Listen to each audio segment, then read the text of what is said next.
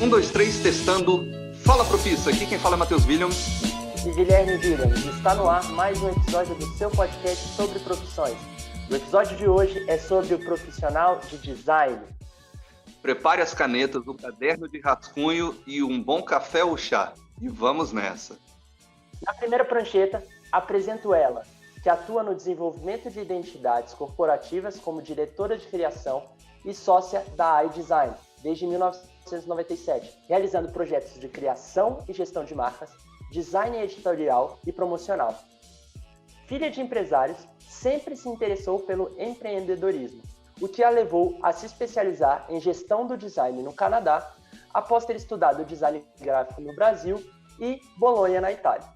Tem sido atuante na Associação de Design, ADG Brasil, Associação dos Designers Gráficos e ADGRAF, Associação dos Designers Gráficos do Distrito Federal, participando de suas diretorias, conselhos, do júri da Bienal Brasileira de Design Gráfico e dos prêmios CLEP.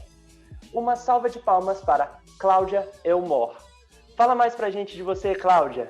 Tenho atuado como designer, mas sempre me direcionando para parte de negócios, que sempre me interessou, e eu acho que isso pode ser considerado um diferencial no meu trabalho, atraindo empresários que procuram esse tipo de enfoque, né? Com a pandemia, está todo mundo trabalhando em casa e, surpreendentemente, me adaptei bastante bem. Os clientes já não queriam ir até o escritório mesmo, no estúdio, estava fazendo já muita coisa online, as reuniões, apresentações de projeto, e acabou funcionando muito bem. A gente continua aqui, eu só saio de casa quando tiver vacina.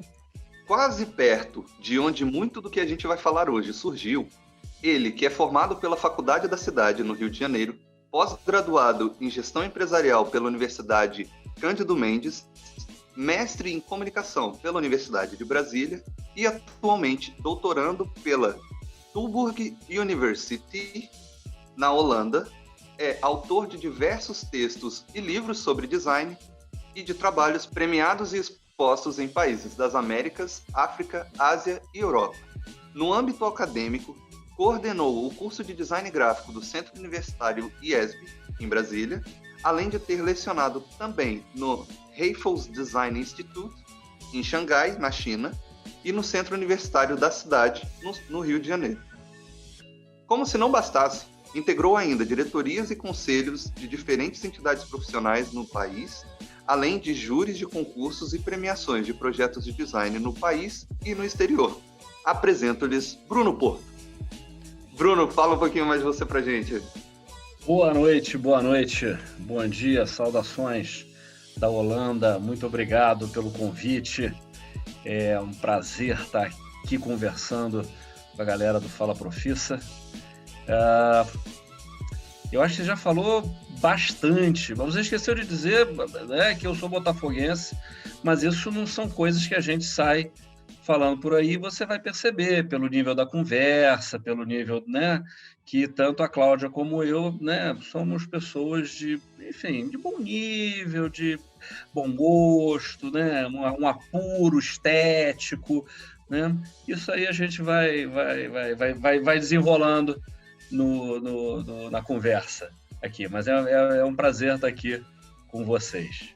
E da maior cidade em linha reta do mundo, apresentamos um designer que é formado pela Faculdades Integradas Barros Melo, especialista em gestão de marcas e inovação com MBA Branding, Faculdades Integradas Rio Branco, e atualmente está desenvolvendo um mestrado no Programa de Design da Universidade Federal de Pernambuco, onde pesquisa sobre a adoção de inovação e difusão de sistemas de produtos e serviços.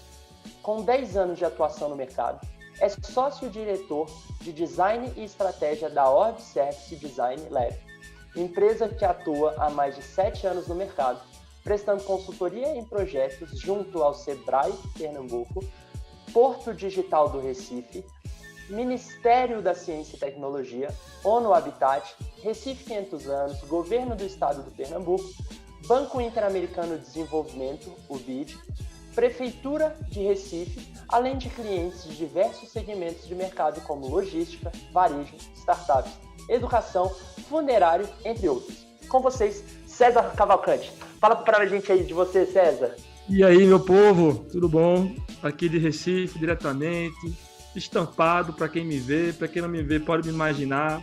É muito prazer estar aqui com vocês. Eu acho que estou aqui representando uma geração mais jovem no design um pouco, né? Aí em amadurecimento. Então, é um prazer estar aqui do lado de quilates, de currículos que, rapaz, no peso, só no peso eu não vou conseguir competir, né? Vou ter que aprender muito aqui, né, com essa turma, mas eu fico muito lisonjeado de estar participando e mostrar um panorama diferente, né, aqui do Brasil. A gente está em Recife, e uma visão de quem está aí também querendo fazer diferente através do design. Então é um grande prazer estar por aqui.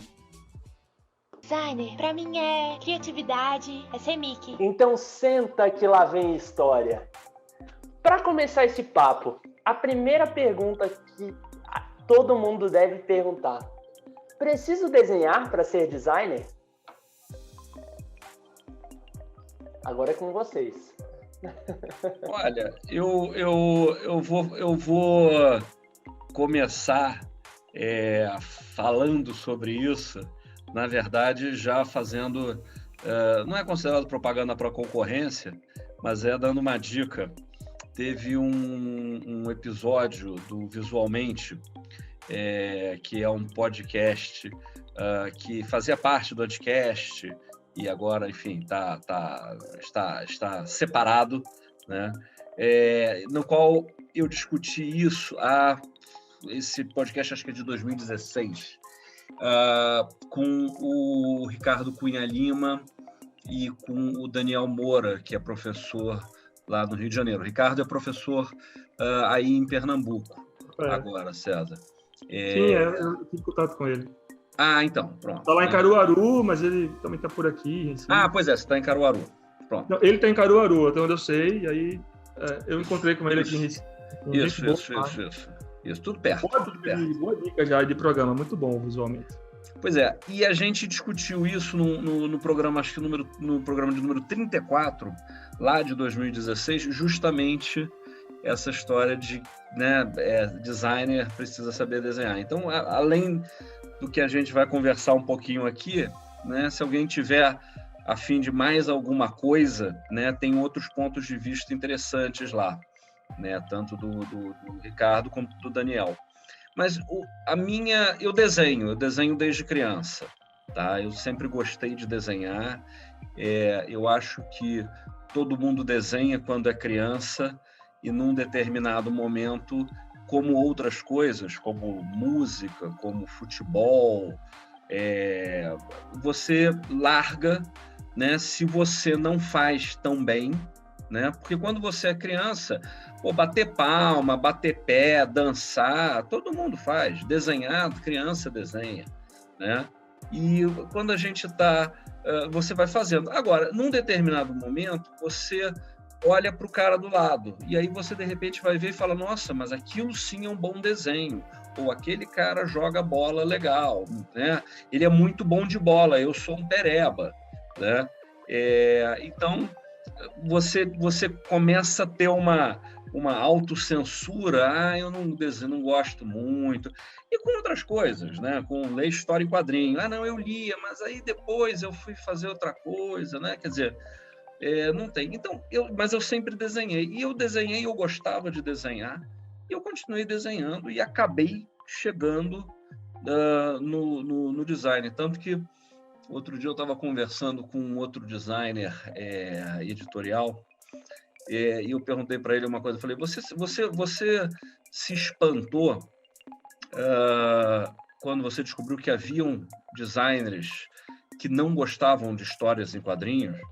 Porque para mim sempre foi uma coisa muito óbvia, né? Você gosta de história em quadrinho, você gosta de desenhar, cara, você, né? Quer dizer, o designer faz isso. Como assim você não vai, né, ter isso? E para mim era uma surpresa, né? Porque é natural. Agora, eu conheci vários designers que não sabem desenhar e que são excelentes designers, Entendeu? E como isso é um podcast, não é um videocast, você não está vendo que tem um monte de gente aqui levantando o dedinho, né? Mas pode interromper, cara, pode interromper. Não, mas enfim, eu acho que é o seguinte, o designer ele não precisa saber desenhar, como ele não precisa saber falar inglês, como ele não precisa ter computador, como ele não precisa ter nada disso. Para cada caso que a gente diz, não, fulano é um excelente designer ou é um grande designer, ele desenhava. O Milton Glaser, ele era ilustrador. Você vai ter um exemplo de um cara que não desenhava e que é um excelente designer. Você vai ter um cara que não usa computador e que faz projeto, até porque existia design antes do computador, né? Agora, saber desenhar, falar inglês, ter um computador, parará, viajar, uma série de outras coisas, cursar a faculdade, que é uma coisa que a gente vai falar mais à frente, ajuda, entendeu? Te dá uma ferramenta a mais. Você, sabendo um idioma, você é capaz de ler livros, de entender um tutorial, de fazer tal coisa, né?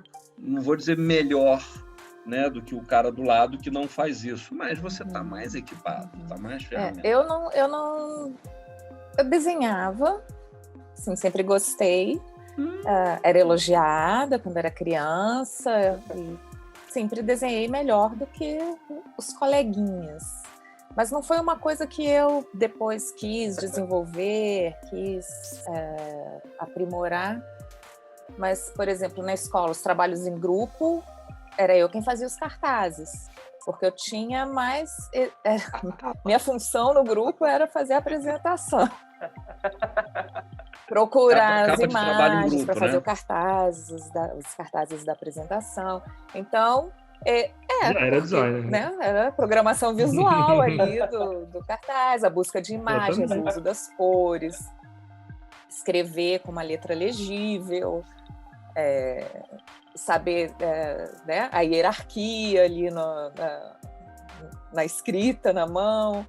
Então, esse foi sendo o meu caminho, e realmente a parte de ilustração eu comecei a trabalhar mais depois, com o computador mesmo, porque eu gosto muito de coisas geométricas, assim, estilo de carimbo, e isso reflete no meu trabalho como designer, mas não o desenho em si. Eu acho que é um talento, acho lindo, e quando eu levantei a mão, na verdade era sobre os quadrinhos e não sobre não desenhar, né?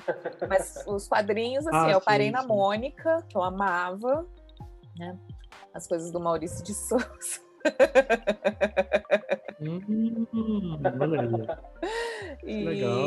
Mas nunca me aprofundei também em quadrinhos, porque era uma coisa que não me interessava. Mas tem tanta coisa, né, pra gente se interessar, não dá para todo mundo ir para o mesmo lado. Como designer que não desenha, ou pelo menos não desenha o que se entende como desenho, eu provocaria duas questões: o que é desenho e o que é designer. Porque, né, ilustração, assim, a gente começa, né? Daí, talvez. Né? Exato, porque eu, por não talvez ter essa habilidade tão grande, já até paguei, a gente paga umas cadeiras, né, durante o curso e tal, e eu acho que é muito importante que pague realmente, para que a gente tenha noção de estética, noção de forma, noção de tudo, né? Isso é importante porque uma das questões muito fortemente ligadas ao design é a estética, né? A estética é forma, né? Enfim, então isso está no produto, isso está, enfim, no gráfico, isso está na interface gráfica, pensando em tecnologia, né? Computador, aplicativo, mas também isso está, e aí eu defendo um pouco esse ponto de vista, que também isso está no como funciona uma estratégia, por exemplo, né? Existe estética em como funciona um processo, como funciona a experiência, né? Então, eu acho que talvez essa resposta seja uma resposta que eu não queira me atrever a dar ou dizer agora. Acho que talvez a gente possa debater mais sobre isso durante o nosso bate-papo aqui, mas sobre o que é desenhar e o que é ser designer, né? Acho que são grandes coisas que, para quem não está na área, sobretudo, é interessante refletir sobre isso desde já, para poder entender se tem um lugarzinho nesse campo para si, né? Para si próprio. Mas eu acho que essa coisa do desenho, de ser designer, tem muito a ver com o tempo, né? E as tecnologias que vão surgindo, e o que é desenhar hoje, o que era antes, né? O que se pede, o que não se pede, qual o papel do designer hoje, qual o papel do designer antes. Então, eu me vejo muito hoje tendo uma noção estética apurada, bacana, por ter que dominar, por ser estrategista, vamos assim dizer, estar no papel estratégico de design, eu ter que conhecer muito sobre muita coisa. Então, eu tenho que saber argumentar e conversar com pessoas que entendem muito de produto, que entendem muito de ilustração, que entendem muito de um monte de coisa, e para isso eu preciso dialogar com essas pessoas, eu preciso conhecer um pouco disso, né? Conhecer um pouco disso e saber julgar o que está bacana, o que não está bacana para aquela estratégia que a gente está construindo ali. Então, hoje eu sou muito mais um designer que desenha planilhas, apresentações de Keynote, né? Diagramas que representam uma complexidade de um serviço, de uma estratégia, de um negócio, do que um designer que desenha uma marca, apesar de fazer marcas e gostar de fazer marcas e até achar que faço marcas bem mesmo sem desenhar, né? Porque eu creio que quando a gente vai para um trabalho tão assim preciso como a construção de uma marca, tão rebuscado, né, refinado, exige um componente de conhecimento que vai muito além do desenho. E aí você ter esse componente faz um diferencial muito grande, mesmo que você desenhe muito bem, porque eu tenho que saber o que eu estou desenhando e muita gente não sabe o que está desenhando. Então é muito disso, assim, eu acho que tem muitos caminhos para quem está ouvindo a gente seguir, e eu acho que é legal a gente representar esses caminhos diferentes. Eu acho que vai muito do que o Bruno colocou, né? Tipo assim, é uma ferramenta, né? Assim, saber desenhar, você pode dar alguns passos te ajuda mais rápido para não colocar essa questão, né? Mas assim, tem alguns diferenciais que podem te facilitar em algum processo. Né? Só um comentário, Matheus. Talvez por eu não saber desenhar, eu tive que desenvolver outro lado da minha habilidade para poder compensar, né? Isso. E aí me deu um trabalho maior, entendeu? Enfim, aí cada um tem um jeito, cada um tem uma forma de fazer.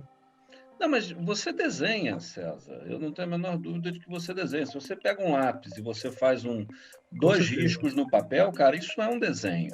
Né? Se vocês forem pensar, um dos maiores ou mais renomados designers do Brasil atualmente, quase ex-designer e atual escritor, o Gustavo Piqueira, da Casa Rex, se você for olhar as ilustrações dos últimos livros do Gustavo, ou ilustrações que ele faz para outros projetos, que não apenas os livros dele, mas projetos da própria Rex, são desenhos, digamos, infantis, né?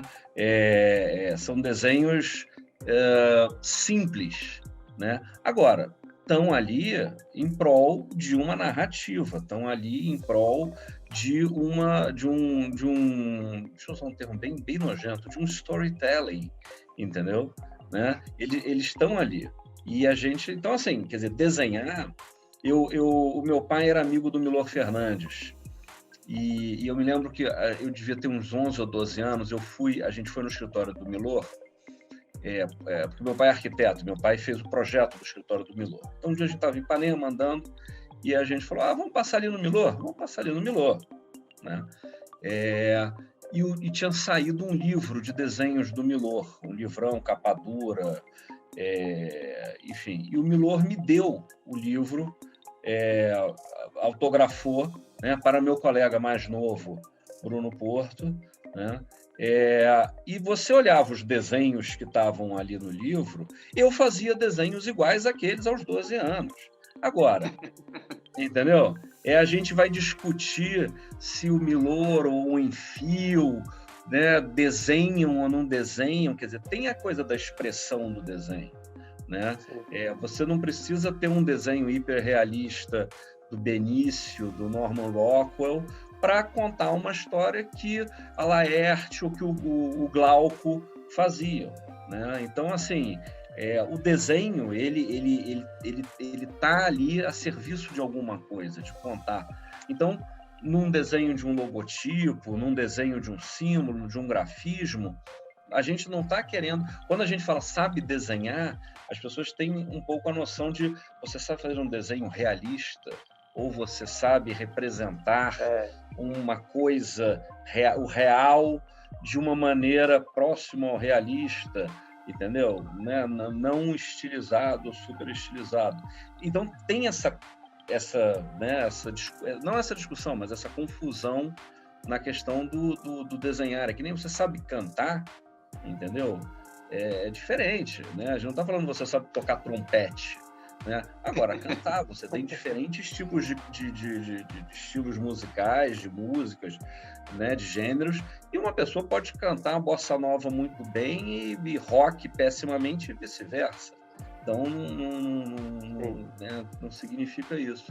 E a outra coisa que eu acho que se confunde com o design, além da raiz, né, da nomenclatura de desenho, né, é que de designar e de definir, né, é que antigamente você, para fazer um projeto que hoje o César faz, por exemplo, com planilha, a Cláudia desenvolve utilizando um software gráfico, etc. Quer dizer, para você fazer um projeto, eu vou projetar um prédio, eu vou projetar, né, uma marca, eu vou projetar um cartaz, você tinha que desenhar.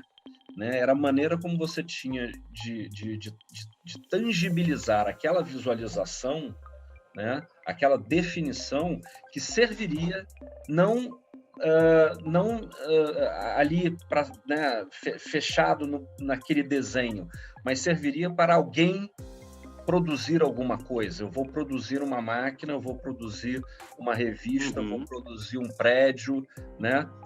Eu gosto muito da definição. O Matheus foi meu aluno, ele era jovem, ele precisava do dinheiro, etc. Ele fazia várias coisas.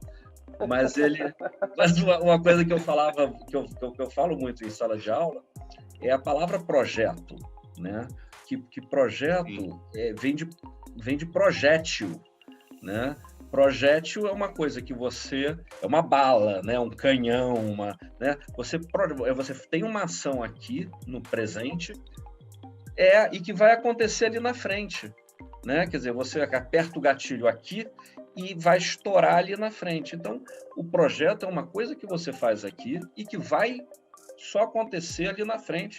Agora, pode acontecer ali na frente em 20 minutos, em 1 ano, em 50 anos, né? Dependendo do que continuar sendo produzido, né?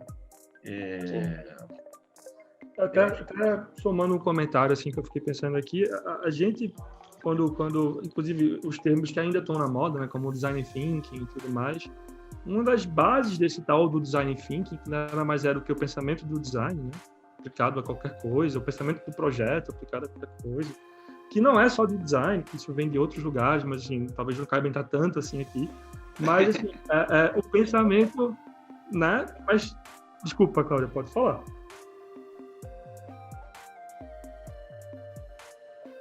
Pois é, e vem... Exato, aí você vai buscando, vai ter outro tempo em outros lugares, né, que você vai descendo, enfim, mas uma das coisas que a gente fala muito é pensamento visual.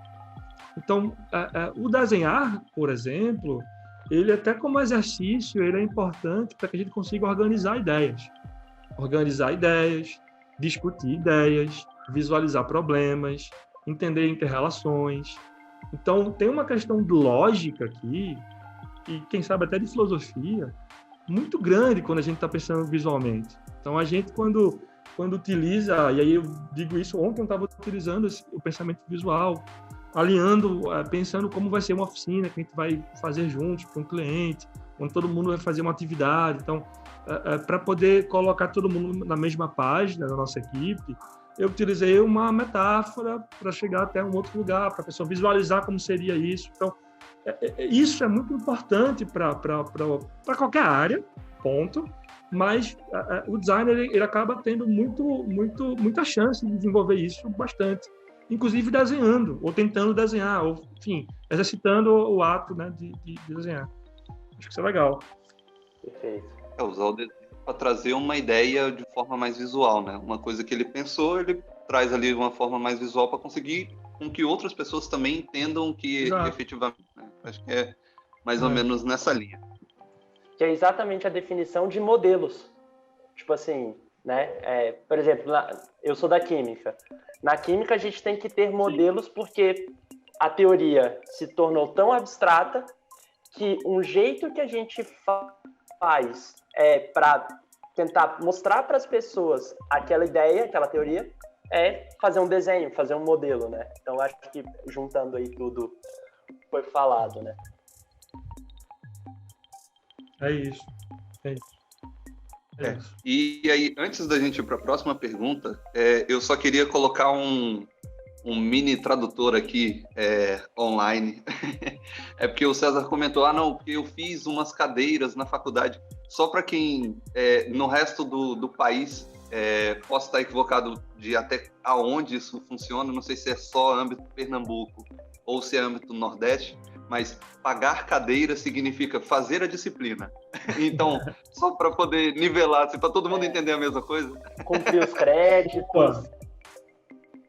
Eu pensei que ele era designer de mobiliário. Mentira, não tem problema.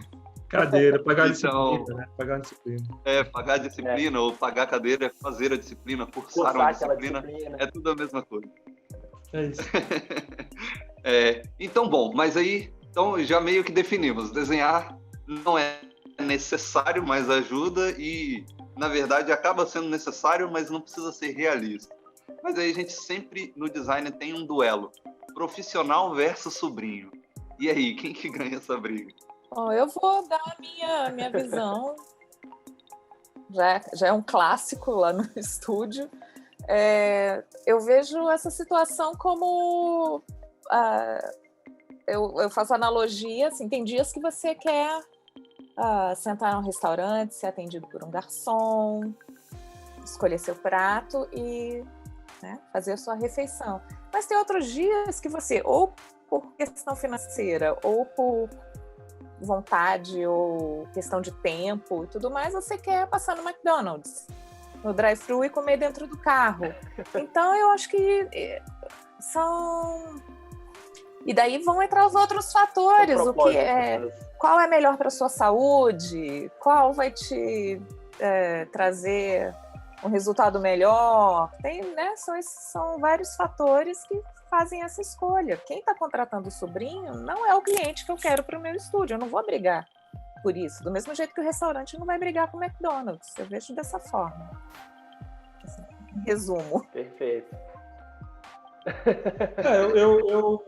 Eu tenho um escritório pequeno aqui em Recife, né? A Orbe, ela acontece desde 2013 e eu estou no mercado faz 10 anos, que não é muita coisa, mas para mim já é muito, já é um tempinho razoável aí. E eu já passei por tudo isso, eu já fui o sobrinho quando estava começando a carreira, acho que todo mundo talvez já tenha vivenciado ser o sobrinho em algum momento, né? E eu literalmente tinha um tio que tinha uma ótica, um tio um pouco distante, e eu era de fato o sobrinho. Mas assim, nesse caso, fazendo uma meia-culpa, eu já era formado em design, inclusive, depois de um tempo. Então eu era um sobrinho capacitado. Sobrinho profissional. Sobrinho que tinha diploma. Né? Pois é.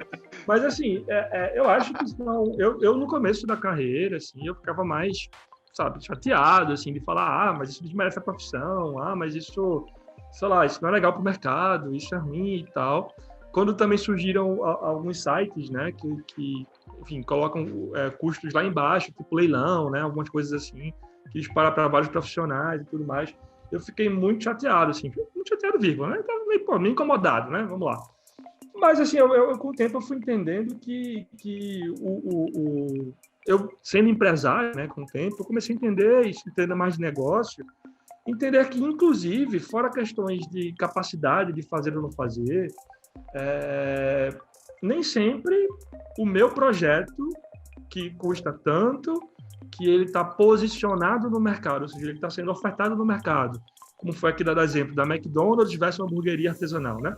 Essas coisas são propostas diferentes de mercado, né? Ou posicionamentos diferentes de mercado. Então, o meu negócio, que eu preparei uma carne mais cara, que eu invisto mais tempo ali e tal, o meu negócio não é para aquele cara.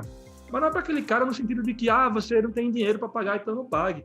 Não é esse tempo que ele não precisa. Eu não precisaria para ele gastar o dinheiro que eu estou pedindo para ele, porque o meu, vamos dizer assim, o meu resultado final, porque, veja, um projeto ele tem que gerar um resultado para alguém. O cara não está comprando arte no sentido de algo para ele que vai admirar e que a função pode ser meramente estética, e ela não quer ser meramente estética, mas estou fazendo aqui uma simplificação. Então, assim, não é só uma coisa que ele vai comprar sem um objetivo de retorno, né? Assim, muito imediato. Normalmente negócio quer retorno o quanto antes. Então, o meu projeto de X mil reais, para o cara, pode até resolver melhor, mas não vai fazer uma diferença tão grande assim para este perfil de cliente de um cara de 1.000, um cara de 500, 600 talvez, entendeu? E tem a curva também de maturidade do próprio cliente. Talvez ele comece com esse projeto, depois ele vá crescendo, ele vai vendo outra coisa. Não dá para todo mundo começar um negócio achando que vai gastar boa parte do orçamento só, muitas aspas que eu estou dizendo, pelo amor de Deus, só com design, porque ele vai ter o arquiteto, ele vai ter equipe, ele vai ter produção. Ou um equipamento que ele tem que comprar que é mais barato do que o projeto de design. Para ele não faz o menor sentido. Então não faz sentido. Assim, é aquela coisa. Agora, se você tem, se a sua empresa ela tem um porte, tem um desafio do tamanho equivalente a esse projeto, e se você não vai investir nesse projeto, aí talvez você vai fazer uma coisa ruim, porque vai sair mais caro no final. Né? E aí é aquela máxima que todo mundo já sabe. Né? Aí o barato sai caro. É o famoso barato que sai caro, né? Enfim. Sim. Mas nem sempre ele é verdadeiro. Às vezes o barato, ele sai barato e é muito bom para aquele momento. E ele vai ser descartável até certo momento. Né? Ou não. E além disso, assim, como escritório de design, o meu é pequeno também, tá? A gente se dedica da mesma forma ao cliente pequeno ou ao cliente grande. Então, não é porque é um cliente pequeno que a gente vai fazer de qualquer jeito. É isso. Ou cobrar muito menos do que cobrou do outro cliente. Então, isso tem que ser levado em consideração. Então, eu realmente já me chateei com isso, mas hoje eu entendo, até por ter aprimorado essa minha visão de negócio, que tem para todo mundo, tem públicos diferentes. Do mesmo jeito que a gente escolhe onde vai comprar nossa roupa ou onde vai comer, o empresário vai escolher o profissional de design conforme seus objetivos, suas vontades. Eu acho que é um paralelo essa questão do sobrinho com a questão do desenhar, que a gente estava conversando agora. Que é uma questão assim, quase de um equívoco do termo, né? Porque sobrinho você tem em todo lugar do mundo, menos na China, porque lá é filho único, então não dá para ter sobrinho. Não, mentira, na China também tem sobrinho. É nessa hora que vocês têm que editar o tum-tum, tá? Mas, na verdade, não, na China também tem sobrinho mesmo sendo filho único, tá? O sobrinho, o que a gente está falando, né? Eu concordo com a Cláudia inteiramente, é uma questão do negócio, entendeu? E pegando uma coisa que o César falou muito bem, né? É a questão de uma pessoa que não é capacitada para fazer um projeto. E é isso que a gente chama de sobrinho, né? Ou isso que a gente apelidou, ou isso talvez o que a gente chamava de sobrinho, porque vem daquela história do sujeito que quer contratar um design, em vez de contratar uma pessoa capacitada, está contratando o sobrinho que não é capacitado, entendeu? Porque o César era sobrinho e era capacitado, né? Eu fui sobrinho eu fui sobrinho não capacitado, como eu acho que todo designer já pegou no início, quando está estudando, quando está... hoje os entre aspas, né, estão fazendo, os sobrinhos estão fazendo projetos muito mais novos. O Rodrigo Sayani fez uma live, o Rodrigo Sayani da Plau, o escritório de design do Rio de Janeiro, fez uma live genial que está no YouTube, com um garoto, se eu não me engano, tem 14 ou 15 anos, também, de novo, eu não vou lembrar de onde, mas era um lugar, um rincão do Brasil. Me passou essa ideia de que era um lugar onde você não tinha acesso a muita coisa, entendeu? Você não tinha acesso à universidade, você não tinha acesso... E o menino, pelo YouTube, pela coisa, já ia desenvolvendo lá uns trabalhos, uns projetos, umas coisas ali para a área dele, entendeu? Então, todo mundo já fez isso, entendeu? E o Sayane dava dicas e conversas e tinha qualidade naquilo. Como a gente, quando era estudante, fazia uns projetos e tal, quer dizer, a gente vai se capacitando para isso. Então, né, tem um pouco essa desmistificação. Quando a gente está falando do sobrinho, praticamente meus primeiros 2 estágios, um antes de entrar na faculdade, um depois de na faculdade, foram como sobrinho. Meu primeiro estágio foi com num escritório de um antigo sócio do meu pai era arquiteto. Ele teve um sócio, Ivan Ferreira, que trabalhou na PVDI, foi chefe de escritório do escritório da Luiza Magalhães, e no final dos anos 70 abriu o seu próprio escritório. E eu fui, com 17 anos, eu terminei o colégio e fui bater na porta lá do Ivan, que era um tio, praticamente, porque foi sócio do meu pai, estudou na faculdade com meu pai, quer dizer, me conhecia desde que eu nasci. E eu bati lá e falei, Ivan, então eu tô meio sem saber o que fazer, eu gosto de desenhar, eu sou caprichoso e tal, quer dizer, caprichoso, eu procuro fazer as coisas de bom acabamento, não que eu sou cheio de frescurices, né? E tal. E o Ivan me deu um estágio de meio. Eu achei que você ia falar que você não era parentinho, sei lá. Não. O garantido. Exatamente. Eu pensei na piada também, mas eu preferi não fazer.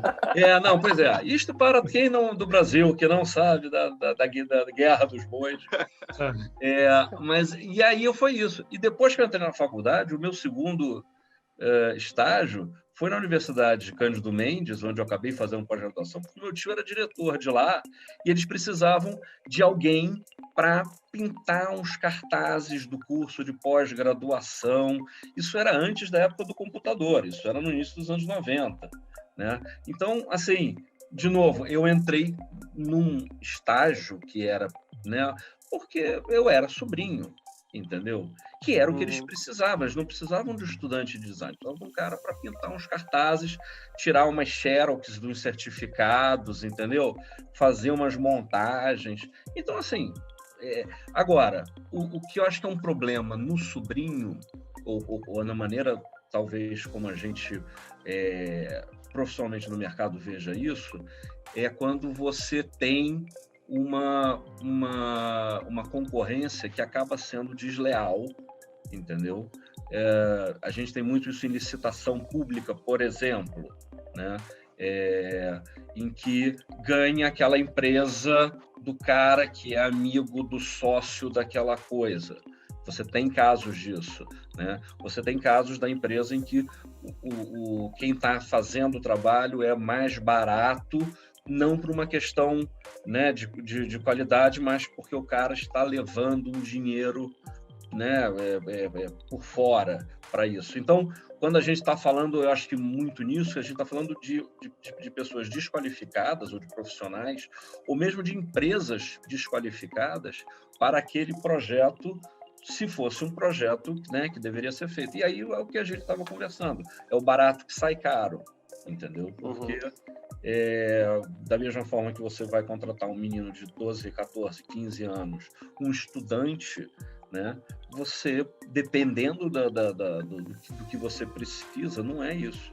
E aí eu acho que, hoje em dia, o mercado, obviamente, está muito mais estabilizado, está muito mais profissional, né, do que antes. E do que antes que eu posso falar é de 10 anos atrás, e há 10 anos atrás estava muito melhor do que há 20 anos atrás, e há 20 anos atrás muito melhor do que há 40 anos atrás. Quer dizer, eu acho que as pessoas, as empresas e os empresários e tudo mais, eles não vão emburrecendo ou desaprendendo alguma coisa, né? Eu acho que o sobrinho, ele atende, assim como o McDonald's da Cláudia, Não que a Cláudia vá ao McDonald's, claro, mas ao McDonald's da Cláudia. Eu como Sunday. Olha aí, tá vendo? Entendeu? O Bob's. Eu vou ter que refazer a minha analogia. Sim, você pode escolher ir no Girafas ou no McDonald's. Não. Porque o McDonald's, ele está em formação, vamos dizer assim. Então, o sobrinho, sem formação, desqualificado, ele é uma hamburgueria meio perdida de bairro, assim. Self-service. Uma coisa O churrasquinho da esquina, pode falar. O churrasquinho. O dogão na porta da faculdade. O churrasquinho de gato.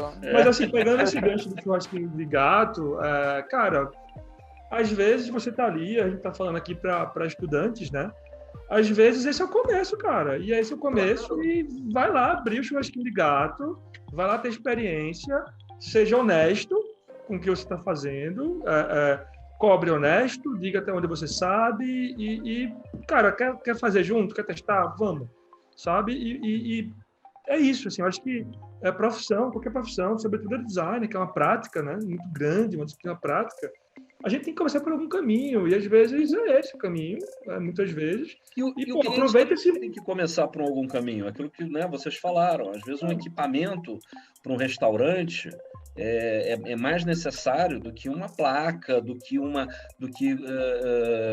licenciar uma fonte proprietária para fazer a placa. Não, cara, eu preciso comprar ingrediente, pagar cozinheiro, pagar coisa, isso vai ser mais importante, mais relevante para aquele momento. Eu acho que o sobrinho ele tem um papel a ser cumprido para muito empreendedor, que às vezes, de fazer com que o empreendimento descole, entendeu? Descole não, desculpa.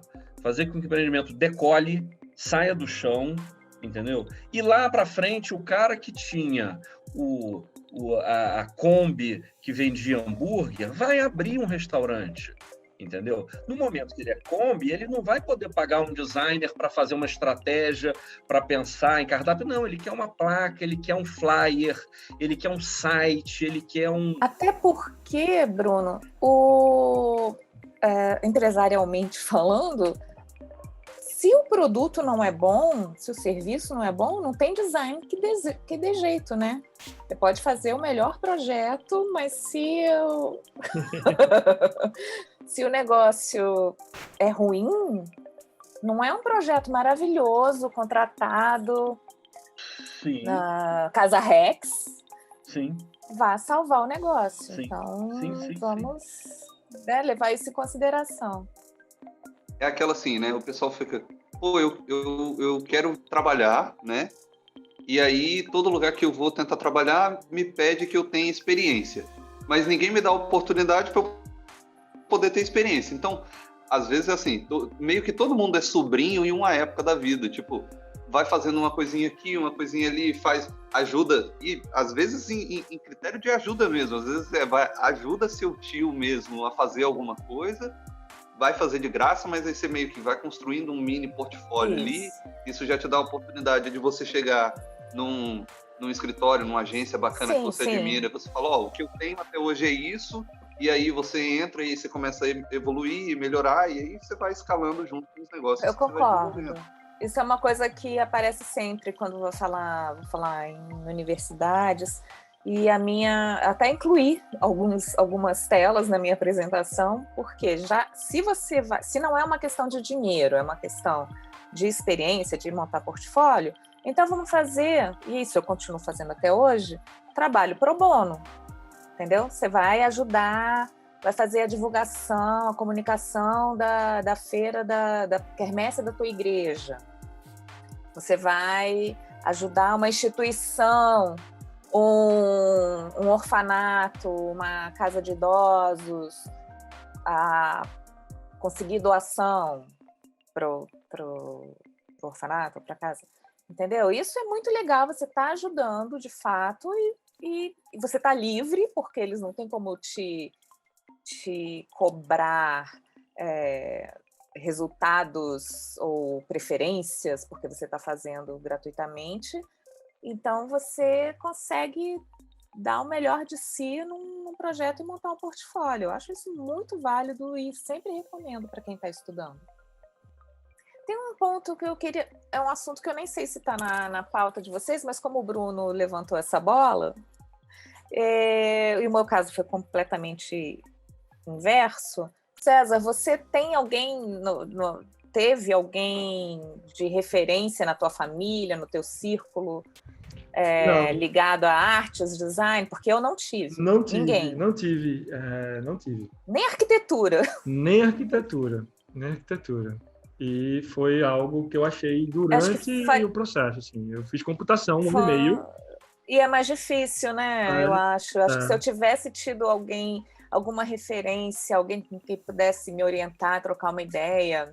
Eu acabei tendo um amigo do meu pai, que eu lembrei aqui agora, até faço aqui a ressalva, Herbert Perman, é um cara conhecido aqui em Pernambuco, muito bom em embalagem, é muito ligado à comunidade de design daqui, e esse cara era um mero conhecido do meu pai. De pai é praticamente e aí tio. Eu meio que colei no cara, falei, e aí, cara, tudo bom?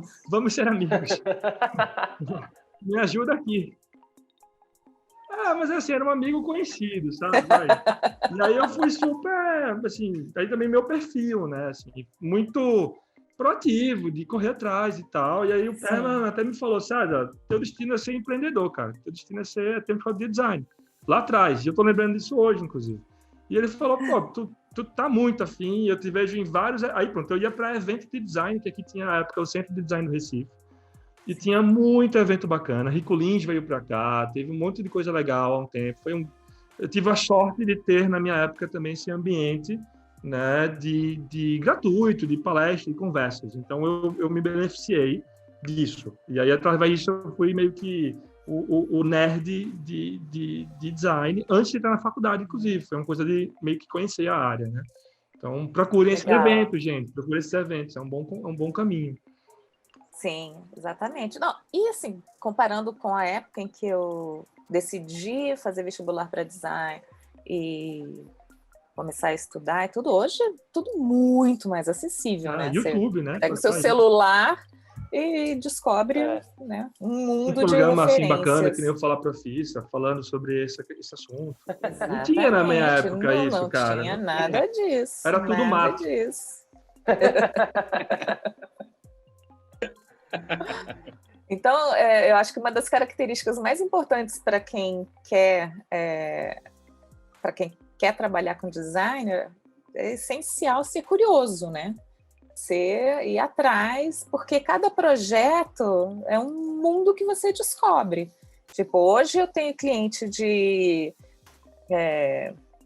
cirurgia ginecológica, oncológica, tem geriatria, que né, outra, é da área de saúde também, mas é outra coisa, tem comida, alimentos sem glúten, sem lactose, sem sei lá o quê.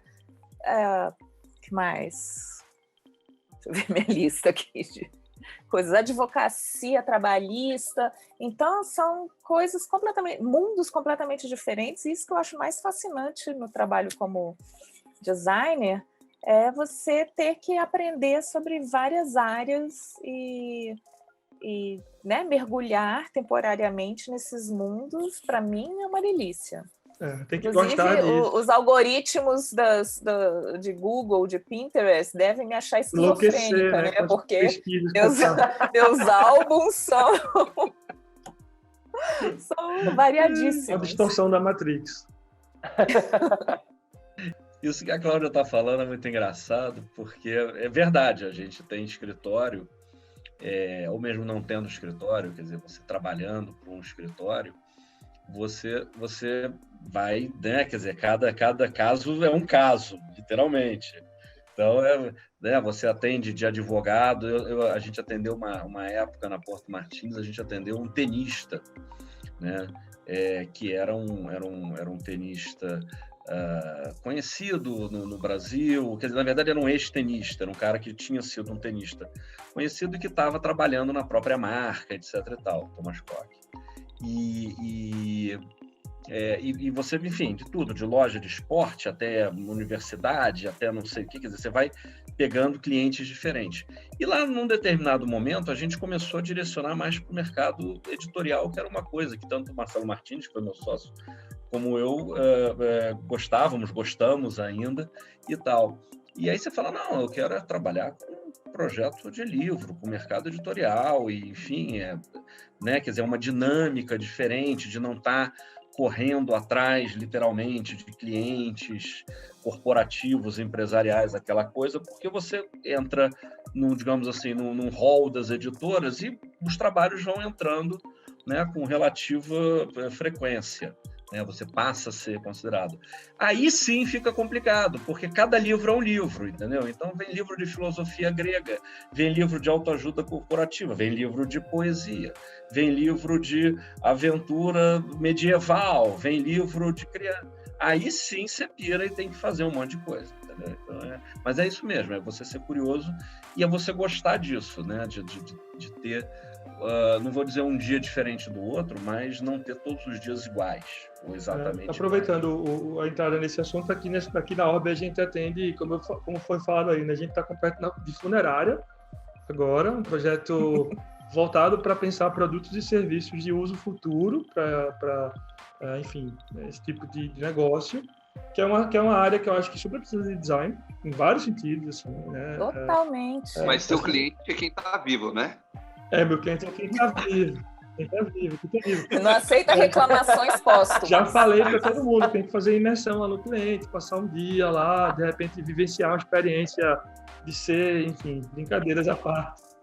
Mas a gente atende isso, a gente acabou de fazer um projeto, inclusive, felizmente premiado aí no Brasil Design Awards, que foi um projeto que misturava urbanismo com design de serviço, com estratégia de futuro, um trabalho de um serviço de um barco solar para conectar duas comunidades daqui do Recife, duas áreas que têm uma característica social bem distinta e são divididas por um rio. O rio age como uma barreira e a gente foi fazer um trabalho de quase 10 meses aí para fazer muita pesquisa, pensar como é que vai funcionar esse negócio.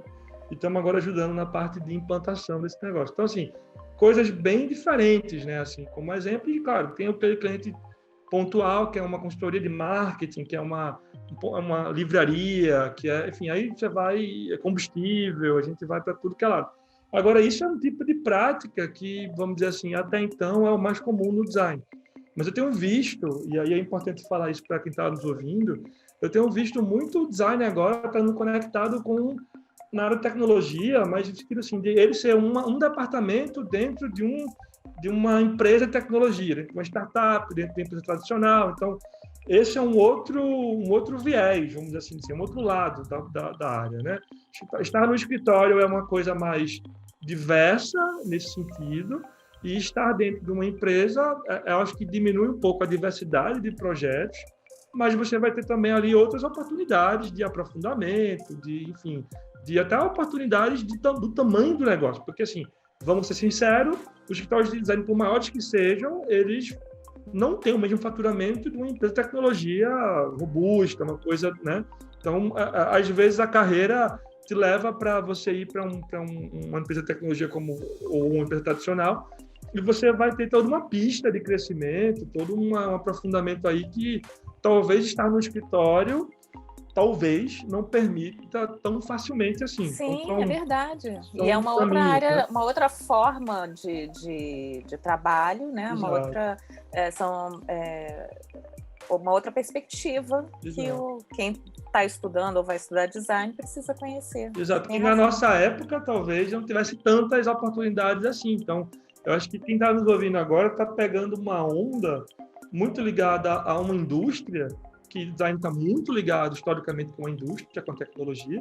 Então, está pegando uma onda da indústria criativa, da indústria tecnológica. Então, essa onda, ela abre outros postos de trabalho, outras oportunidades, né? Outros salários, que, inclusive, está melhor do que foi há 10 anos atrás, como o próprio Bruno comentou, né? Claro, áreas e áreas, né? Mas, enfim, tem muita oportunidade hoje no mercado que não tinha antigamente. Antigamente, para poder ganhar o que hoje uma vaga sênior paga, uma vaga de uma pessoa experiente paga, Você tem que empreender, irmão. Senão você nunca chegaria a isso. Empreender e olhe lá. Porque não é fácil empreender. Não é fácil empreender. E nem todo mundo tem esse perfil, né? Da mesma forma que os mercados, em geral, nicharam, né? Que abriram várias oportunidades dentro das áreas, seja alimentação, seja, né, a tecnologia, bancos, todas as áreas criaram seus nichos. O trabalho do designer também vai se especializando e vai entrando sob certos pontos de atuação. Mesmo eu, que atendo negócios muito diferentes, eles têm coisas em comum, que são empresas que se deram conta que estão crescendo e que se deram conta que precisam profissionalizar sua apresentação e sua comunicação com o mercado.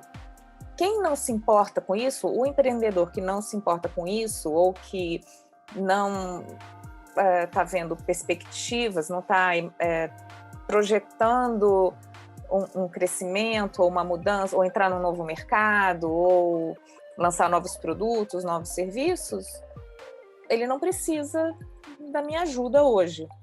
Eu vejo dessa forma. Então, é uma forma de nichar também, mesmo atendendo várias áreas. Para mim, isso é muito mais interessante do que, por exemplo, eu me especializar em embalagens, como tem escritórios que fazem isso, né? Ou em editorial. Tem escritórios hoje que se especializaram em trabalhar com negócios ligados ao meio ambiente, né? Que é muito legal também. Mas, assim, onde eu trabalho, né, em Brasília, eu vejo que eu posso desempenhar melhor minhas habilidades nesse jeito. Hoje é assim. Agora, eu queria só colocar uma coisinha antes da gente meio que dar sequência. Só complementando um pouco do assunto sobre a diversidade do que você pode fazer, né? Estando no escritório, estando numa agência, você geralmente atua em vários formatos, em vários tipos de negócios, né? E quando você está locado em uma empresa específica para desenvolver soluções apenas para ela, a diversidade ela vem nos tipos de desafios. Porque, sei lá, quando por base meio que você tem numa agência, você vai trabalhar, eu vou realizar, vou aprimorar a comunicação, vou aprimorar esse ponto, é muito bacana. Mas quando você está focado ali na empresa, você tem que resolver um problema do financeiro. Aí você fala, cara, mas como que design vai resolver problema do financeiro? E às vezes está envolvido numa estrutura de processo, às vezes está envolvido numa estrutura de comunicação que não está sendo bem realizada, pode ser desenvolvida uma nova solução tecnológica para tirar um pouco de algo que é extremamente manual, e aí você diminui a quantidade de erros e falhas que podem acontecer. Então, assim, aí também já vira um outro universo, tem tanta coisa também para aprender e aprimorar e evoluir no dia a dia. Sim. Nesse caso, a estratégia de design, a forma de pensar do design, vai ajudar a resolver o problema. Não necessariamente você vai desenvolver o sistema, exatamente. O sistema, né? Mas você vai falar, olha, a gente vai precisar de um sistema que resolva isso dessa forma. Acho que pode ser uma boa solução. Vamos testar? Aí você monta uma equipe para resolver isso. Cada um com sua habilidade, com a sua expertise. Show. É isso mesmo. Show. Próxima. Show de bola. A provocação. E aí, assim, preciso fazer curso um curso superior? Por onde começo? Para quais áreas me capacito? Não precisa fazer não, filho. Tem tutorial hoje no YouTube que resolve.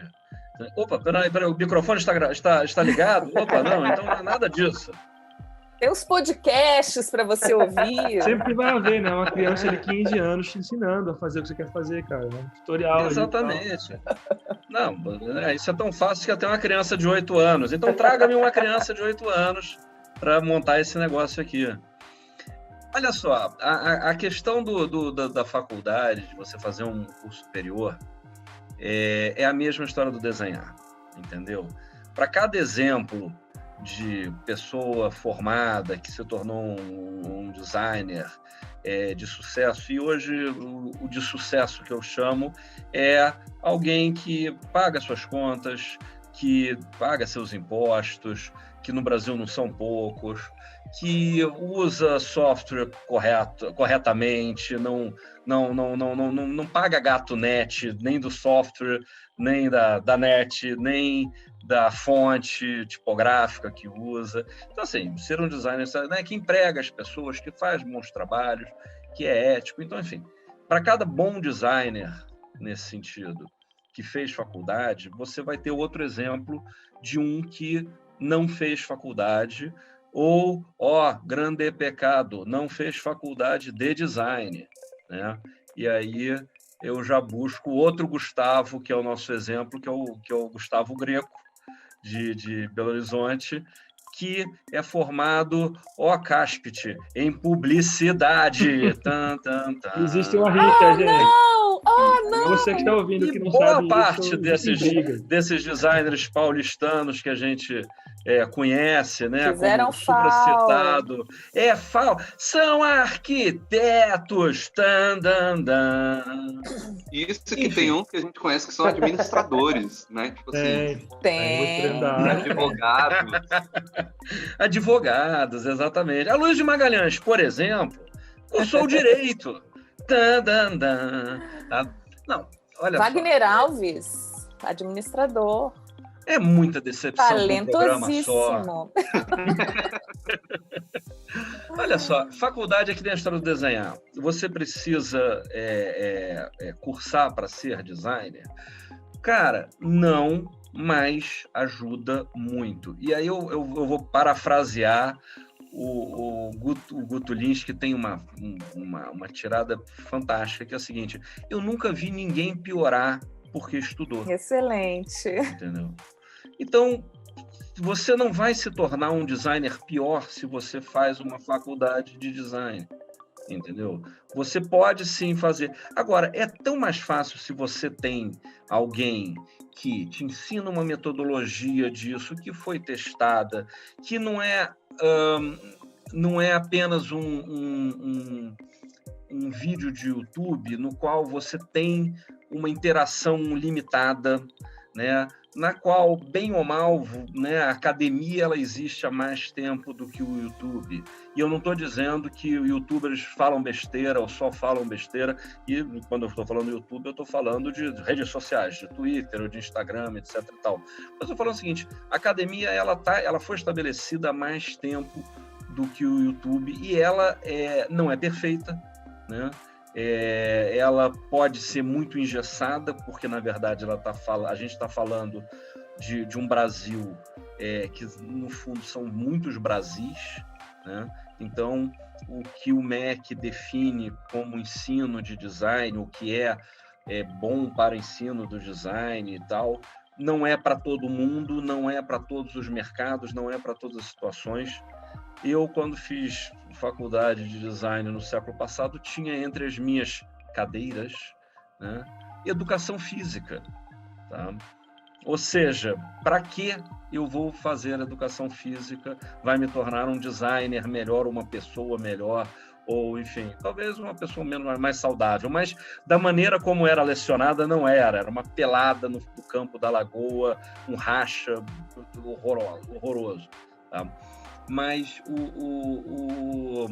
eu acho que se você tem a oportunidade de ir para um lugar onde você vai encontrar pessoas que já passaram por aquilo que você quer fazer, que vão te ensinar coisas, que vão te ensinar metodologias. Não é para você aprender software, porque o software vai mudar. Eu não estudei software na faculdade e hoje usa-se software. Aliás, não se fala nem mais software, né? Os jovens falam apps, entendeu? Então, hoje o Photoshop é um app, né? Então, né, quer dizer, vai mudar essa história. Então, é dizer, é o Corel, é o Illustrator. Não, é você aprender, né, o que o mercado precisa, e não hoje, porque também é uma outra história bizarra. Se você vai entrar num curso de faculdade, você está aprendendo hoje uma coisa que você vai colocar em prática daqui a 2 anos ou daqui a 4 anos, se for um bacharelado, né? Então, o mundo muda em 4 anos. Em 4 anos, né? Quer dizer, ver o que aconteceu nos últimos 4 anos em termos de tecnologia, em termos de aplicativos, em termos de serviços, em termos de funcionalidades, né? Você, há 4 anos atrás, você não tinha o que você tem hoje, e se o cara vai estar escutando esse programa daqui a 2 anos, vai ser uma coisa bizarra, mas, sei lá, você não tinha... a gente atualiza, a gente grava outro, você não tinha o delivery, você não tinha pandemia, você não tinha, entendeu? Então, quer dizer, o que eu vou aprender hoje num curso, né, e que vou começar a utilizar na prática daqui a 2 anos, ou 4 anos, ou 5 anos, né, não vai. Então, e outra coisa que eu acho que é muito mais, que é muito importante num curso superior, numa faculdade, são os seus colegas de turma, porque são os caras com quem você vai aprender e são os caras que vão ser os seus parceiros e concorrentes no mercado, que vão formar o seu mercado. Então, os caras com quem eu converso hoje são caras com quem eu fui à faculdade há 20 e tantos anos atrás, 25 anos atrás, são os caras com quem eu conheci nos N Designs, né? São os caras com quem eu fiz estágio e tal. Então, assim, você monta um contexto mercadológico, profissional, muito por conta da faculdade, entendeu? Então, assim, preciso fazer um curso superior? Cara, precisar não, mas vai te quebrar um galhão, vai ser uma coisa maravilhosa, entendeu? E não só em design, entendeu? De outras coisas, mas você sabe que você quer fazer design, né? Porque também tem isso, você começa a fazer a faculdade aos 18, 19, 20 anos, entendeu? E não significa que aos 30 anos, aos 40 anos, você vai continuar querendo fazer aquilo que você estudou. Você muda no meio do caminho, entendeu? Então, agora, você hoje, né, tá terminando o colégio, e você acha interessante essa história de design, cara, vai estudar. Mal não faz, entendeu? Não faz. Você vai poder continuar vendo o YouTube e o livro e a coisa do mesmo jeito, agora a faculdade vai. Isso. Eu vejo também dessa forma, e outra a vantagem, eu acho, de você, né, parar e se concentrar para assistir aquilo, para frequentar as aulas, para fazer os trabalhos que são pedidos. É uma disciplina que você só sai ganhando com isso, a meu ver. E você tem a oportunidade de comparação com os trabalhos dos colegas, com o desempenho dos colegas, você é avaliado. E isso, assistir um vídeo não te proporciona. Uma outra coisa... os vídeos são ótimos, a gente tem que fazer os cursos online, fazer cursos presenciais, porque como designer a gente nunca para de estudar, nunca para de aprender. Mas na faculdade, a gente não vai aprender, o aluno não vai aprender como fazer isso. Eu vi um trabalho legal e eu queria aprender como fazer isso. Você vai aprender por que fazer isso, né? É um passo anterior. Você vai aprender as leis básicas, vamos dizer assim, e não a usar o software simplesmente. Pode até aprender, tem cursos que tem matérias em que você vai ter alguém para te ajudar a aprender aquele software, mas hoje ninguém precisa, né? Meu filho tem 16 anos, daqui a 1 ano e meio ele termina a escola. 1 ano e meio? E ele gosta de desenhar, ele sabe desenhar, ele gosta de imagens, mas ele não tem o menor interesse em fazer faculdade nenhuma. É bom e eu não sei como lidar com isso. Como é que ele vai fazer concurso público, Cláudia? Ele fala, mãe, eu quero ser promotor. Tá maluco, menino? Não te criei pra isso! Aí você olha pro seu marido e fala assim, Nick, traz o cinto. Entendeu? Pô, Como assim? você é o quê? Vai fazer direito? Você só me dá desgosto. Bota pra fora de casa. Entendeu? Tem um cara que... Não pode, tá na pandemia, não pode botar na fora. Assim, eu nem acho, assim, os TEDs, assim, é uma fonte de conhecimento, assim, meu Deus do céu, né? É legal porque conta de um jeito engajante, rápido para você, mas é sempre uma porta, né? Mas eu vi um TED específico que eu gostei, que é do Ken Robinson, que é um cara que escreve sobre criatividade, né? E o Ken Robinson tem um livro sobre esse tema que eu não li, então eu estou fazendo aqui uma citação do que eu vi no TED dele, tá? Fazendo esse disclaimer aí. Mas ele fala assim que a gente foi criado para um modelo linear, segmentado e previsível. Esse modelo linear, segmentado e previsível é a representação da indústria. A indústria, que inclusive é o berço de muitos cursos superiores, inclusive para a prática do design. O design nasceu muito ligado à indústria.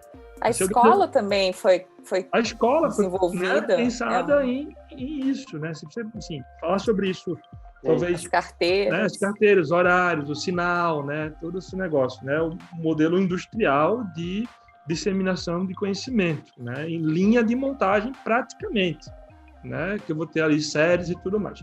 E aí o Ken Robinson ele fala sobre que o modelo que a gente está vivendo hoje já, e isso vai mudar ainda mais, mas já estamos vivendo isso, é um modelo que ele é imprevisível, ele não é linear e ele é exponencialmente imprevisível, inclusive, né?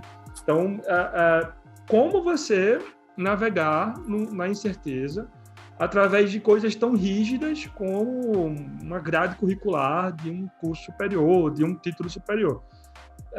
E aí isso toca um pouco no que é ser designer, naquela fala do começo, talvez, né?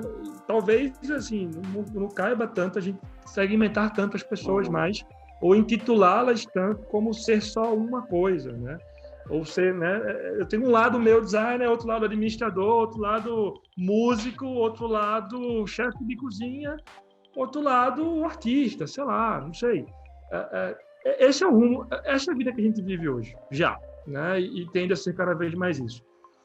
E com isso, eu acho que o próprio curso de design ele já tem um pé nisso, assim, né? Eu já acho que o curso de design ele já permite ser uma coisa mais de conexão com outras coisas, assim. Se tem um curso do pouco que eu conheço que é assim, eu poderia dizer que design tem um pé muito grande nisso. Não todos os cursos, tem todas as grades curriculares, mas no design você pode fotografia, cinema, animação, tecnologia, administração, arquitetura.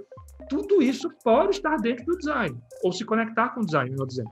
Então, eu acho que a graduação vale muito a pena nesse sentido de você se ferramentar, né? Porque, como a Cláudia falou, não é um curso que vai te ensinar necessariamente a mexer no Photoshop, e não é esse o ponto, porque isso é só uma ferramenta, a gente tem que entender como criar ferramentas e usá-las melhor, e as consequências de tudo isso, né? Mas que vai te estimular a talvez num ensino autônomo, da pessoa sozinha aprendendo, muitas vezes ela não vai ser estimulada, né, a conhecer uma coisa que ela nem sabe que existe. E às vezes os cursos ajudam, né, a fazer isso. Ao mesmo tempo, não esperemos que esses cursos superiores, design ou qualquer um deles, vão garantir alguma coisa para a gente no sentido pleno de, meu Deus, eu tenho um título e agora eu sou designer. Cara, você tem um título, assim, você pode não ser designer ainda, no sentido pleno design. Práticas. Você estudou design, você é bacharel em direito, você ainda não é advogado, Exato. Você tem que passar pela prova da OAB. Exato. E aí, pegando o gancho do que é ser designer, não espere que acabou aí, né? Começou aí. Então, você vai ter que construir sua trajetória, misturando conhecimentos não lineares, exponencialmente imprevisíveis, e não segmentados, né, para você construir sua carreira. Porque a sua carreira, eu não sei se vai ter esse nome mais de ser designer apenas. É impossível saber agora, mas me parece que você vai ter um lado seu designer, outro lado de outra coisa, enfim, por aí você vai, né? Então, eu acho que quem está ouvindo a gente vai ter que construir muito a sua carreira e construir até seu título qual vai ser. Eu não sei qual vai ser o seu título. O que é que vai assinar no seu cartão de visitas que nem existe mais. Seu cartão de visita digital que você manda por PDF no WhatsApp, cheio de link. eu quero elaborar um pouquinho isso que o César falou, até porque eu concordo com muito que ele falou. Tem algumas coisas que não é que eu discorde, mas eu vejo um pouquinho com o pé atrás, tá? Sobre algumas coisas. Eu me formei com bacharel em desenho industrial, tá? Era um curso de 4 anos, no qual você fazia um primeiro ano comum entre desenho industrial ou projeto de produto, como era conhecido, e programação visual, era comum, a gente tinha mais ou menos um ano e meio de matérias em comum, e você fazia os outros 2 anos e meio num caminho, né? Ou no projeto de produto ou na programação visual, embora você pudesse, enfim, né? Você está na faculdade, é uma outra vantagem, você tem uma aula que você meio dá uma entrada, você assiste, né? Quando eu fiz isso no século passado, nos anos 90 do século passado, você não tinha, na faculdade da cidade que eu estudei, você não tinha eletivas, mas, enfim, né, você entrava numa aula de marketing, você entrava numa aula de comunicação, você namorava uma menina de uma outra faculdade que você conheceu no Unidesign, e aí você ia lá e né, pegar ela na faculdade e via uma aula de alguma coisa, enfim. E era um curso de 4 anos que eu fiz em 5 anos, justamente porque eu comecei a estagiar. E aí o estágio não dava para pagar a faculdade, eu diminuí o número de vezes que eu ia, acabei fazendo em 5 anos. Que para mim foi uma coisa muito, muito, muito benéfica, porque eu fui da primeira turma que passou a ter aula com uma ferramenta chamada computador em aula, tá? Porque a turma que se formou com 4 anos saiu. No último ano que a gente estava no curso, entrou um computador. Eu já tinha um computador. A minha turma, a gente se formou, éramos 44 pessoas, era uma turma muito grande, das quais 3 tinham computador, né? Então, eu tinha computador, quer dizer, todo mundo que se formou antes de mim, praticamente não tinha, não se usava o computador como ferramenta. A gente teve uma faculdade old school, entendeu? As coisas eram feitas, você aprendia a contar paicas e fazer as coisas na mão e fazer rendering em aquarela e perspectiva e desenho geométrico e tudo mais, que hoje são coisas que um software, um app, faz com muito mais facilidade, com muito mais rapidez e precisão, né? E aí eu fiz esse curso de 4 anos em 5 anos, tá? Então eu acho que eu tive uma formação muito mais rica por conta, né, de encontrar pessoas de diferentes turmas, enfim. Eu comecei a lecionar nessa faculdade onde eu me formei pouco tempo depois, 1 ano depois, e era um curso, então, de 4 anos, tá? E eu lecionei lá durante 5 anos e eles mudaram, né? Entrou-se um MEC, mudou uma regra e o curso baixou de 4 anos para 3 anos e meio, tá? Então, eu estudei num curso de 5 anos, dei aula durante 5 anos num curso de 4 anos, um bacharelado de 4 anos, e depois mais outros 5 anos num bacharelado de 3 anos e meio. E aí eu fui lecionar design gráfico na China, tá? Em 2006. E era um curso, um bacharelado de 3 anos. Tá? Eu fiquei 6 anos na China e quando eu voltei para Brasília e eu comecei a coordenar um curso de design gráfico tecnológico no Centro Universitário IESB, que era um curso de 2 anos. Tá? Então, estamos falando de 5, 4, 3,5, 3, 2... Acabou o curso, nunca mais, aí não tem mais nada. É só bem-vindo, valeu. E eu vou dizer... Tem a aula inaugural e pronto, né? E o certificado. Exatamente, entendeu? Não, é uma live no YouTube e pronto, vamos nessa, entendeu? E eu vou dizer uma coisa, nesse intervalo, nessa coisa toda de, sei lá, 25 anos, 30 anos, né? Em 3 décadas, Eu vou dizer que eu acho que um curso Bravo! de 2 anos para design gráfico, ele é muito bom, né? Eu não tô dizendo, ele é muito bom, ele é muito focado, né? A gente tinha um programa lá no IESB, quer dizer, a gente tinha, o curso continua, mas, né, eu não sou mais o coordenador porque eu estou aqui na Holanda, enfim. Mas a gente desenvolveu um programa que, inclusive, quando foi a primeira avaliação do MEC, né, do INEP, dentre os cursos superiores de design gráfico, ele foi o mais bem pontuado, o mais bem colocado. Os alunos fizeram a prova melhor, a gente tinha melhor estrutura, quer dizer, que não quer dizer grandes coisas, né, no frigir dos ovos, mas é um reconhecimento, né? Não é uma coisa de, vamos dizer, quando saiu o resultado, eu sabia que a gente estava numa situação muito boa, porque eu vi os alunos que a gente estava parindo e trabalhando e o que eles sabiam, né? E eu sabia que nós éramos, muito provavelmente, estávamos entre os bons cursos de Brasília e muito provavelmente entre os bons cursos da região centro-oeste, entendeu? Então, foi uma surpresa para mim e para todo mundo que a gente tivesse o melhor pontuado no país, tá? As pessoas, vocês não estão vendo porque isso é um podcast, mas está todo mundo vibrando, tá? Né?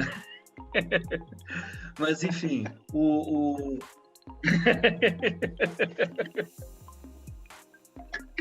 Mas eu vou dizer o seguinte, quer dizer, é um curso que formava bem as pessoas. Agora, o Matheus foi da nossa primeira turma, né?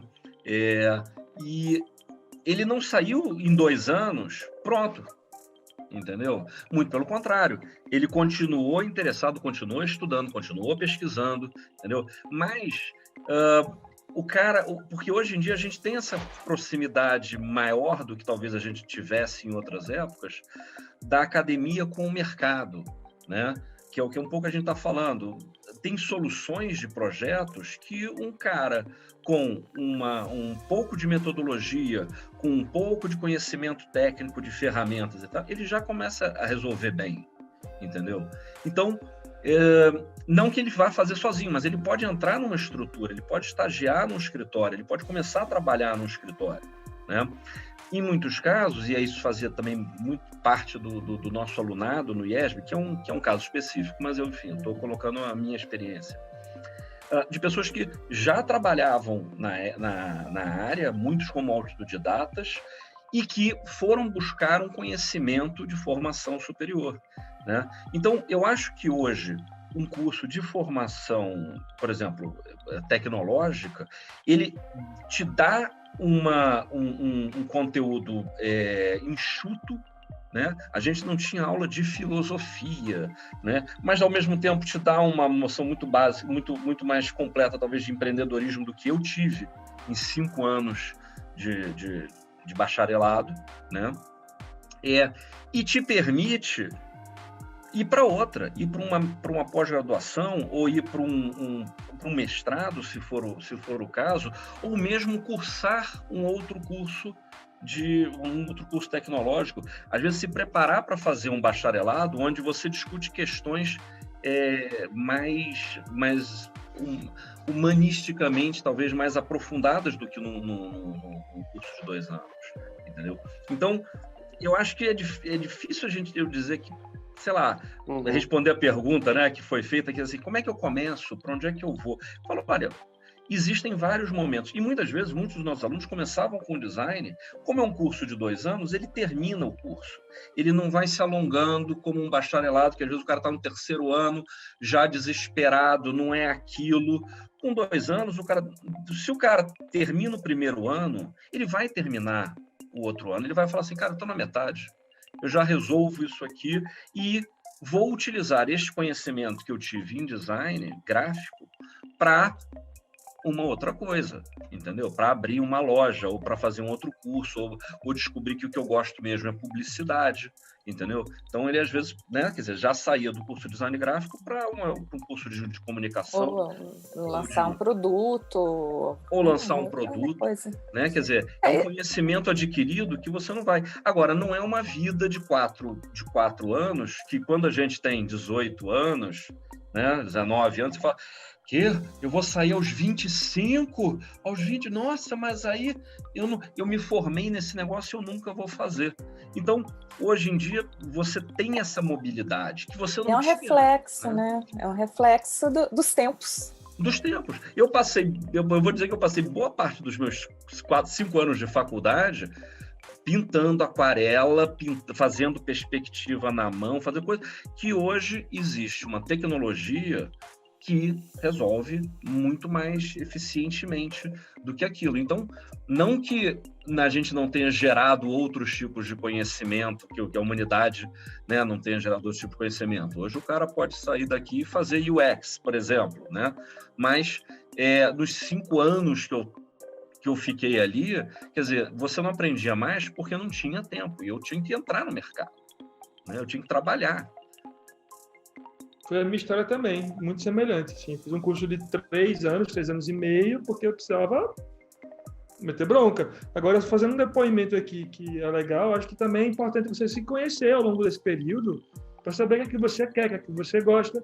E hoje, assim, eu sinto falta de ter tido menos filosofia no curso, menos sociologia no curso, que eu gosto e acho que isso faz uma grande diferença, assim como para o fotógrafo. Faz uma diferença a gente ter um arcabouço, né? Ter uma cultura, é importante para a prática do projeto a gente ter esse conhecimento um pouquinho mais aprofundado em consumo, sociedade, em sustentabilidade, em um monte de coisa que muitas vezes no curso muito curto não te dá, mas não te impede de buscar também. Eu ia tentar te complementar. O trilho não é tão fixo, cada vez mais não é fixo. Então você pode realmente complementar isso. Isso aí, você pode ir buscando esses conhecimentos em cima da tua necessidade, né? Na hora que você está desenvolvendo um projeto, está fazendo alguma coisa, você visualiza que ali você vai ter uma barreira, você vai atrás daquele conhecimento e aí você coloca mais uma coisa dentro da tua caixinha, né? É meio como aquela história lá do Divertidamente, né? Você cria novas ilhas na tua mente, né? Na tua cabeça, as sensações. O tempo inteiro você cria novas conexões e vai buscando em cima da necessidade. Se você quer estudar 4 anos, você estuda. Não tem problema. Você estuda 2 anos num tecnológico de design gráfico e outros 2 anos em fotografia ou em cinema. Entendeu? E isso daí vai te permitir trabalhar com motion, trabalhar com, enfim, com efeitos especiais. Quer dizer, vai te abrir para muita coisa. Que um bacharelado em cinema ou um bacharelado em design sozinho não permitiria. Agora, 4 anos? São 4 anos. Quer estudar? Até porque você não para de estudar. Isso que a Cláudia falou. A gente continua estudando, a gente continua se atualizando. As coisas estão, né? Esse mundo é muito rápido, gente, né? Então, a minha enteada defendeu o doutorado dela em biologia agora há poucas semanas atrás. E ela fez 4 anos de graduação em biologia lá na UNB, depois ela fez 2 anos de mestrado, depois ela fez 4 anos, quase 5 por conta das pandemias todas, de doutorado. Quer dizer, e ela está estudando um ramo das arqueias, que é uma coisa raríssima de se estudar, é pouco estudada no Brasil, são campos que têm muito mais entrada na Escócia, na Espanha, são, enfim, hubs de pesquisa disso, né? E ela está estudando deixa eu fazer essa conta, 10 anos, né? 4, 2, 8, há 10 anos, entendeu? E ela não terminou a graduação de saúde, pronto, agora sou uma bióloga, né? Não, é de 4, 2, mais...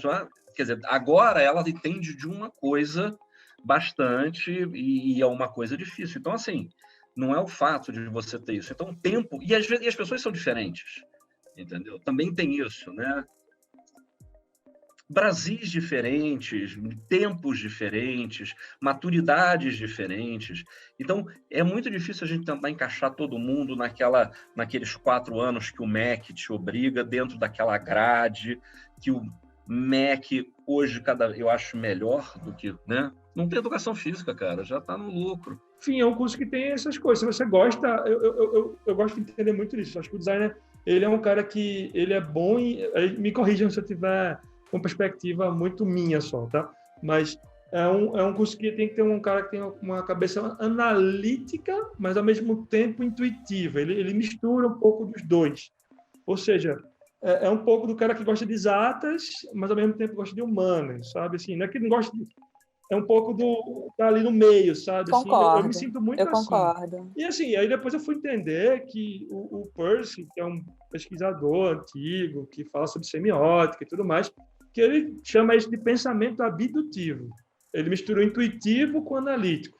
E esse é o território muito grande do design, do designer, que seja. É um território que a gente usa muito, que é aquele cara que faz meio Sherlock Holmes no sentido de eu tenho indícios, eu crio hipóteses, eu vou construir, experimentar para validar essas hipóteses para poder chegar a uma conclusão. Eu não sou o cara só dos dados, nem sou o cara só do intuitivo artístico puro. Eu misturo um pouco dos dois. Enfim, é apenas um pensamento. Eu nunca me vi, no curso da UNB era dentro do departamento de artes. E então a gente fazia muitas matérias em comum. Eu tive que fazer teatro. Acabei de me lembrar disso. Foi horrível. Vou dizer para vocês uma coisa, teatro, Cláudia, hoje em dia, é uma coisa que, para quem trabalha com design de serviço, é super relevante. Porque o teatro, eles permite fazer encenações. E o serviço, diferente de desenhar um produto ou fazer uma coisa muito fixa, né? Fazendo aqui uma ressalva, nada fixo, mas enfim, o serviço ele é muito dinâmico, né? Então, a gente faz muita encenação, seja através de role and play, que é uma coisa mais de RPG, né? Aquela coisa de... Você aí que gosta de jogar RPG, design pode utilizar muito sua habilidade para poder pensar em cenários, atuações, situações, né? De uso de alguma coisa e tal. E o teatro, ele ajuda muito, ajuda muito nisso, né? Ajuda muito nisso. Não paguei, nunca estudei teatro, mas, poxa, seria até interessante ter feito alguma coisa nesse sentido. Gostaria. Tá pensando, você está com 17 anos, você ouve falar de coisas que podem te chamar a atenção. Por exemplo, eu também gostaria de ter estudado mais outros assuntos. Você mencionou, César, sustentabilidade, sociologia. Se você terminou a escola e não conhece ainda esses assuntos, não ouviu falar, e como que esses assuntos vão surgir para você, né? Como que eles vão te chamar a atenção se você nunca nem ouviu falar neles? Eles são muito vastos, né? Então, ter alguém que te ajude a trilhar um caminho, Mas você cruzou com alguém no refeitório, falou, tô indo para aula de... Porque a pessoa faz um outro curso, tô indo para aula de sei lá o quê. O que é isso? Né? Aí você troca uma ideia e fala, isso é interessante, vou ver se eu consigo ser aluno ouvinte dessa matéria, por exemplo.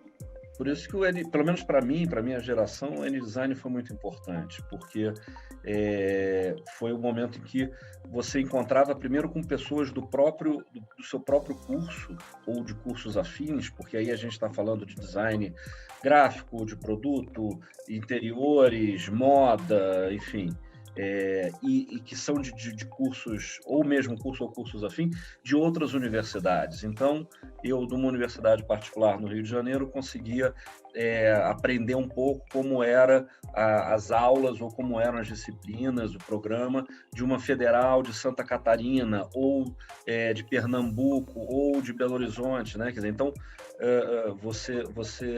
você tinha a oportunidade de ver outras coisas. E estando numa universidade em cursos, né? Legal. Você Bom, já vê muito. Eu acho que também esse apanhado geral deu para dar uma esclarecida, entre aspas, né? Tem uma boa noção. Deu uma boa visão, assim, do mundo geral, né? Sobre o design, né? Sobre várias áreas.